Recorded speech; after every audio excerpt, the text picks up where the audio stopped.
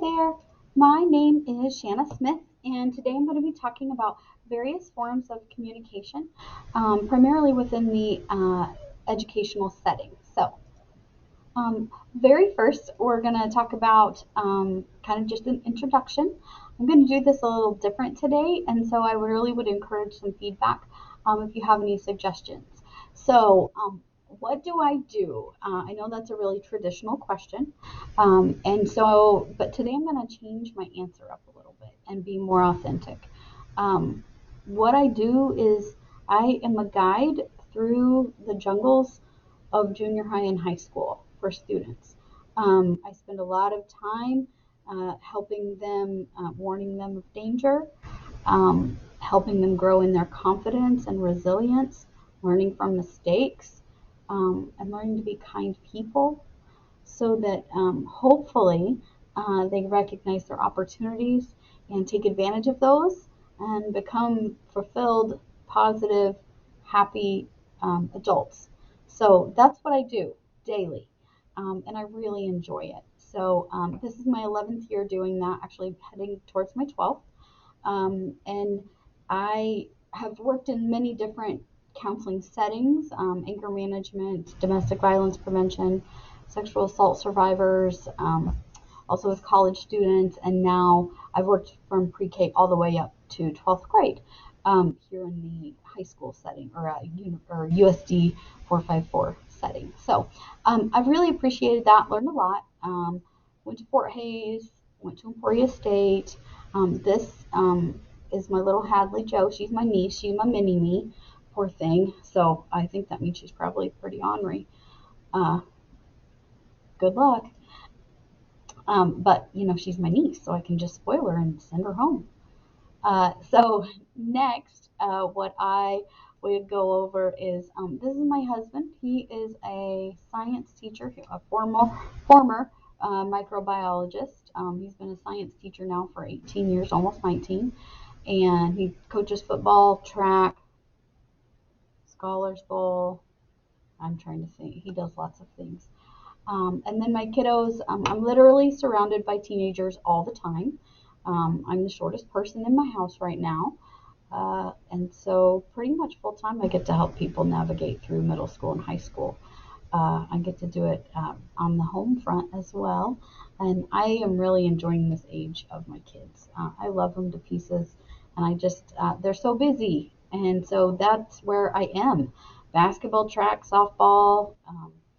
We have a mini farm, and then I'm taking grad school classes. So sometimes I've got my hot spot up while I'm sitting at a softball tournament doing some homework. So always busy, but I think that's the zone I like to work in is busy. So,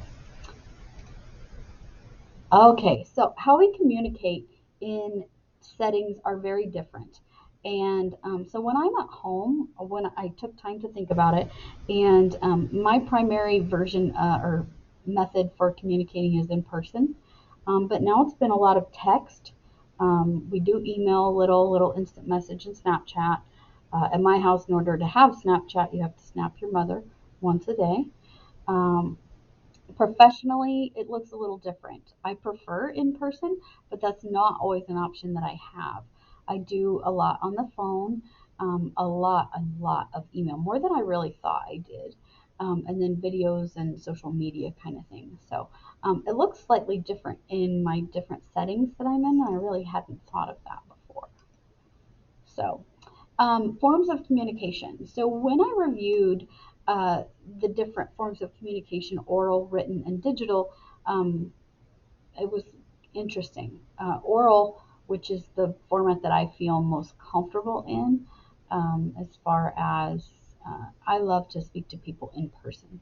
It just prevents a lot of misunderstandings, I feel, and you can really convey true feelings.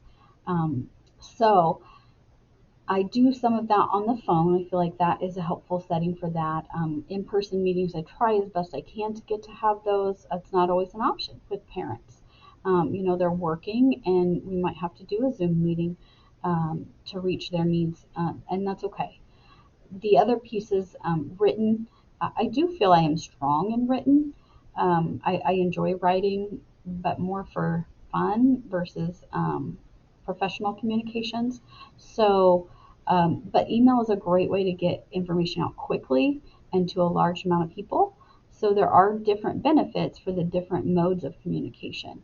Reports and newsletters also help in that same way, in that we really get to a lot of people, um, but it's a little different in that sometimes they have to go and get the information. Like for a newsletter, if it's not emailed directly to them, maybe it's just a link on the page.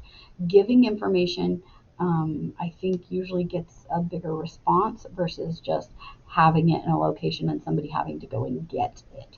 So those are some things that I've considered as we've kind of reviewed this information this week. Digital, oh my goodness, my world expanded exponentially when COVID happened. I already liked technology. I didn't really rely on it too much at that time. Oh my. I do a lot of recorded lessons so that I can get to all of my classrooms at the same time. And then I go in and do follow up in persons. So I have a Google Classroom for all of my students at school, middle school and high school, and separate classrooms divided by their seminar. And I post Google assignments in their Google Classrooms, and it seems to be working pretty well. It's a good way to track whether they've reviewed the information. Um, I need to add it on there. Actually, Edpuzzle is another way that I've added, and students seem to really respond to that as well. So I've used a lot of recording and Google more than I ever thought. Social media, I do have a scholarship blog, but again, that's a go and get. The thing I like about that is now they can sign up to follow it and it sends them an email. So then I am giving them a prompt to go and check that. When I post it on my scholarship blog, which is WordPress, I could add that on there as well. Then it automatically posts it to my Facebook page. And then I have things on the school website. And I love using Canva. I love the styles of the things that they have. So the majority of the things that I have on here are free. I do work in an educational setting. The things that are paid for, S'mores, the district does pay for, but I pay for Screencastify and Prezi. So those are the things that, as far as paid and free. The other thing on that page that I missed was I wish I knew a little more about Instagram. I'm having trouble. I want my blog to upload automatically to my Instagram, but for some reason they're not communicating very well. So that is something that I would like to do a little better, because I think that's a platform that a lot of students are using on a regular basis, and that's something they go to look at. So if that's where they're at, I would like to meet them there. It's a more uh, structured setting than like a Snapchat. I don't feel comfortable in a Snapchat setting platform at this point, but Instagram I think might be a great way to reach them. So um, as we're talking about communicating and what that looks like for different people, um, when you first talk to someone, your introduction is critical. And I have always done the standard thing, just like most of us. Hi, I'm so and so, and this is what I do. And you list your job. So I did use my new answer with you guys today. I would love to hear some feedback on that. As a building leader, I maybe would structure it a little different, and go with a coaching analogy or viewpoint, because that is my style. Um, I got a lot from these readings. I really appreciated the genuine nature in wanting to convey who you are instead of a cookie cutter situation. So I liked that a lot. I restructured my introduction based on what Bloor had provided, and then Gross highlighted how our first impressions set the tone for this whole school year. I agree tenfold. I'll visit with teachers about classroom management, and I'll say, okay, it's great to set your guidelines, and you can set them with your students and include them. That's great, but make sure you try to be consistent and stick to those, and be genuine and show kindness and build relationships. And boy, I can sure tell by the middle of the year or the end of the year um, who had a great first day. So I would totally agree with that. Um, Also, one thing that I didn't think about is that the engine of our decision making is emotion. And as much as we'd like that not to be true, we would like to say that we base our decisions on analyzing the data. And I do think that's something we take into consideration. But essentially, what they're saying, and evidence supports it, is that we make a lot of our decisions based on emotions. And so when you have an introduction, you've really got to make a good first impression, because most often that will be definitely considered when they're making a decision on you and how to go further with that relationship. As far as, sorry, there's a mosquito. Um, District communication policy, I did look through our board policy, and there is no formal communication policy in place here. I can definitely see the benefit of having one in place, especially to give a set of guidelines. And some of those guidelines I think could be related to ensuring professionalism, making sure you're using spell check before you send things out. Um, Defining who is doing communications on certain things, and when those would go out and in what form. Reviewing the different options. A lot of surveys that are going out right now to parents are asking, which way do they prefer to communicate? And less is it a phone call. Email, sometimes text, they right now are really, really liking. So we need to meet our folks, our communities where they are. And then also to set the expectation of positive communications on social media. I think that starts with us. If we can't be appropriate and respectful online, then that's a big ask to ask of our students. So, um, to conclude, this assignment definitely correlates to CLO 5.3. Communication is the key to working with a community, and within the educational profession. I know this has changed so much over the last several years, especially post COVID.